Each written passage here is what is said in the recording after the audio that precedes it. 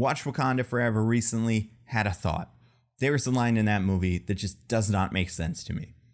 And it's not the Ultron AI line, which is a wild line, though. To have a character say, AI only goes evil in the movies when, like, 6-7 years ago, that happened in real life and a whole country got destroyed by it. Like, that just doesn't make sense. But anyway, it's not that line.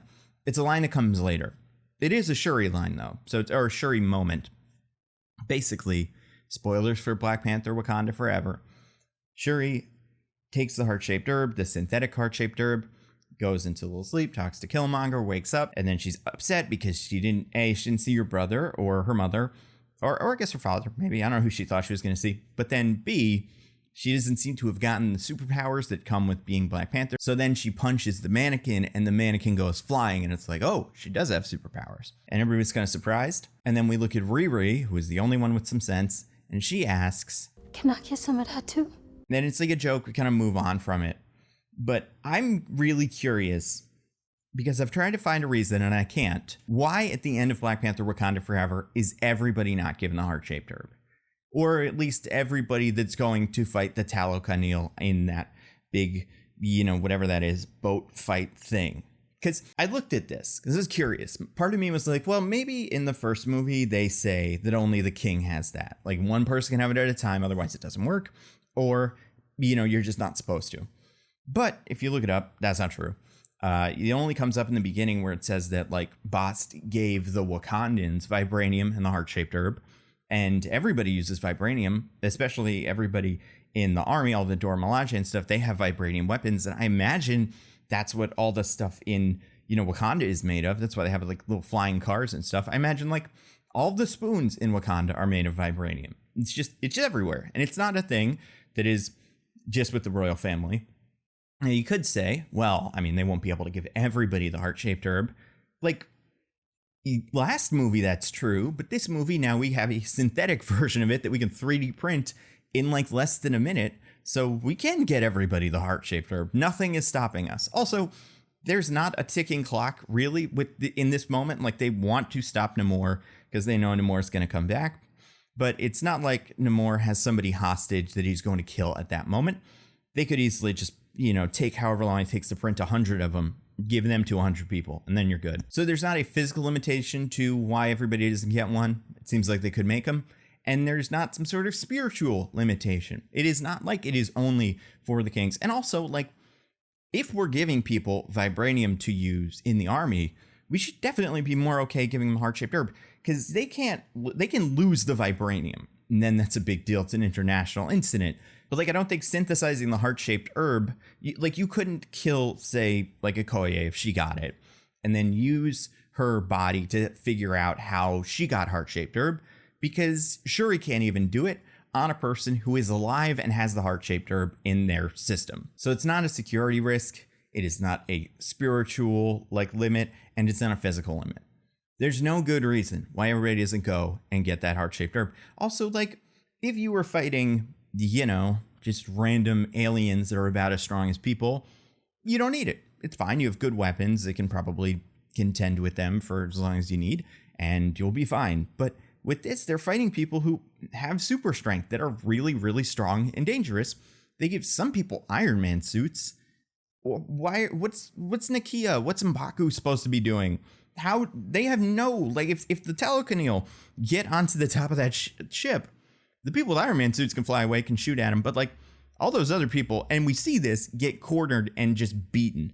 And it's weird because I say this in a video, it doesn't make sense, this plan, because A, fighting them on the water is not a very good idea. But B, the plan, as we know, is to trick Namor into thinking they're going to have a fight, to trap him, take him away, kill him in the ship, and then be done.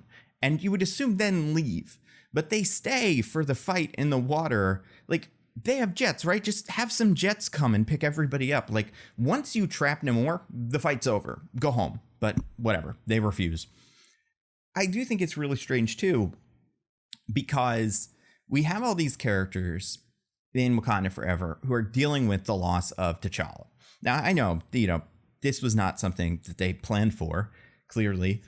because I believe I've seen an interview that Ryan Coogler said, like, the last thing he said to Chadwick Boseman was like, hey, I finished the script for the second Black Panther movie. And so it wasn't something where, you know, they knew this years and years ago and they had always figured, like, this is something that clearly had to be changed, and they had to take a script that they were already working with and say, okay, but T'Challa's dead, so we're going to work that into it. And I think they did a great job. But this only feels so strange because one of the themes of the movie, and one of the things that people keep asking about, right? Because you've got this issue of, like, their brother or their son died and they don't know how to deal with that. But then you have other people that are like, our king died. What do we do about that? And then you have other people that are like, the Black Panther is gone. That is a problem. Like, Ramonda says it in her UN speech that is in the trailer for the movie. She's like, I hear you're whispering that we have lost our protector. The Black Panther is dead. So it does seem like there's going to have to be some resolution there. And the easy answer is Shuri is going to become the Black Panther. Like, that's what the movie sets up as, like, this is what everybody wants you to do, Shuri, is become the Black Panther. And Shuri's like, I don't want to do that. And it seems like in the movie, it's mostly because she does not want to, you know, accepting that role means that her brother is actually dead, and she doesn't want to kind of put those two things together. It also always seemed like this just was not something Shuri wanted to do as a character. She is the science person. She's the guy in the chair, and she'll get into a fight. She has those little wrist gauntlet, you know, panther mouth things. But like that's not. It's not like this was a character who always wanted to be the Black Panther, but now does not for this other reason. She both never really seemed to want to be the Black Panther and is now having to deal with the loss of her brother. But her other thing, and the thing that keeps coming up with Shuri in this movie, is characters like M'Baku, characters like Nakia are like, hey, Shuri, you know, talk to us. Let us in. You're struggling. Obviously, this is hard for you because you're on your own and you don't have to do this alone, right? Like, and she just won't really accept help. She won't let people in.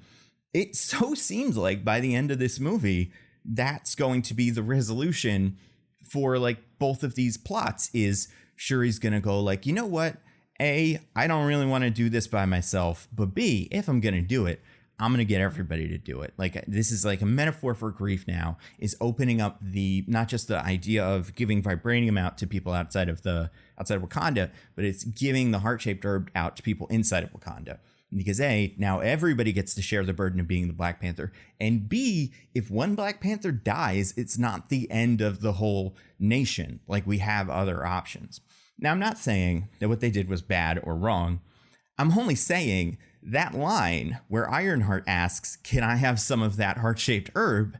It seems really weird the second time you watch it, because you know all the main characters are going to go into a big fight on the water with the Talokanil, who are stronger than them and also have home field advantage because they're in the water, and they are going to lose that fight. They're all almost killed.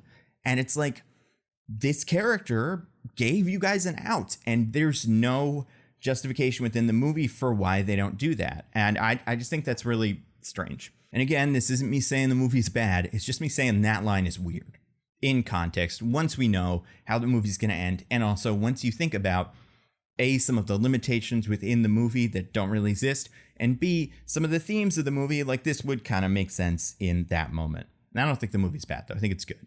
It's got some issues, you know, the pacing's a little strange, although, you know, that's something that people say about every, you know, all movie criticism. Like, oh, the pacing wasn't, except for like Nope, there aren't any movies that have perfect pacing, so we can't ding it for it that much. Overall, it's a very interesting movie that took a lot of big swings and did some things really, really well. Had a weird finale that was one cool fight, but then this very strange plan that Shuri and them set up that, I don't know, I think would be a little cooler. Like imagine a moment, and then again, this is not a one small change or something like that, but like, imagine she is asked that question. Ironheart's like, can we all have some of that?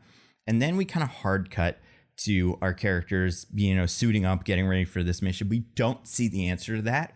And then they get ready to like fight the Talokanil on the water. They start fighting them, and like actually, and people are going to say, well, you know, they would have retreated, but the Talokanil stopped the, you know, like they broke the ship with those water balloons. Like, you got to see that coming, guys. Like, of course that's what's going to happen. I'm saying have other, you know, jets ready for getting everybody out. But either way, so you do the whole setup. Shuri and Ironheart capture Namor. Everybody starts fighting the Wakandans. The Wakandans aren't doing super hot. The Talokanil managed to get on top of the boat, and they're like, all right, we're going to kill you all. And then one of the, let's say M'Baku, because M'Baku has already fought one of these guys before, although he fought Namor, but the other people saw him try to hit Namor and saw that didn't work. He goes up to try to fight maybe like Atuma or something. Or I guess, you know what, would be something that Okoye could do if she did not also have the Midnight Angel suit. So they go to fight like Atuma, and then it's like, oh, you can't beat us. And then like Okoye says something like, you don't know how strong we are. And then maybe like Atuma goes to punch her, and then she catches the fist and then knocks him back. And then we see back to when Shuri and Riri and Nakia are talking, and Riri asks, can I have some of that? And maybe Shuri's like, no, you're not Wakandan, you can't have it. And then Nakia's like, but what about me? And then it kind of a light bulb goes off, like, this needs to go to everybody that's coming on this big fight. And maybe even they all have to take the mixture that strips the powers of the Black Panther away after the fight, but during it you want them to all have superpowers. I don't know, it just feels like the obvious move for the end of that movie, and I don't think I would have thought about it had it not been for a line near the end of the movie where a character asks why they're not doing that. Again, Black Panther Wakanda Forever, cool movie, great performances. Namor was great, but just one weird line. Two if you count the Ultron line.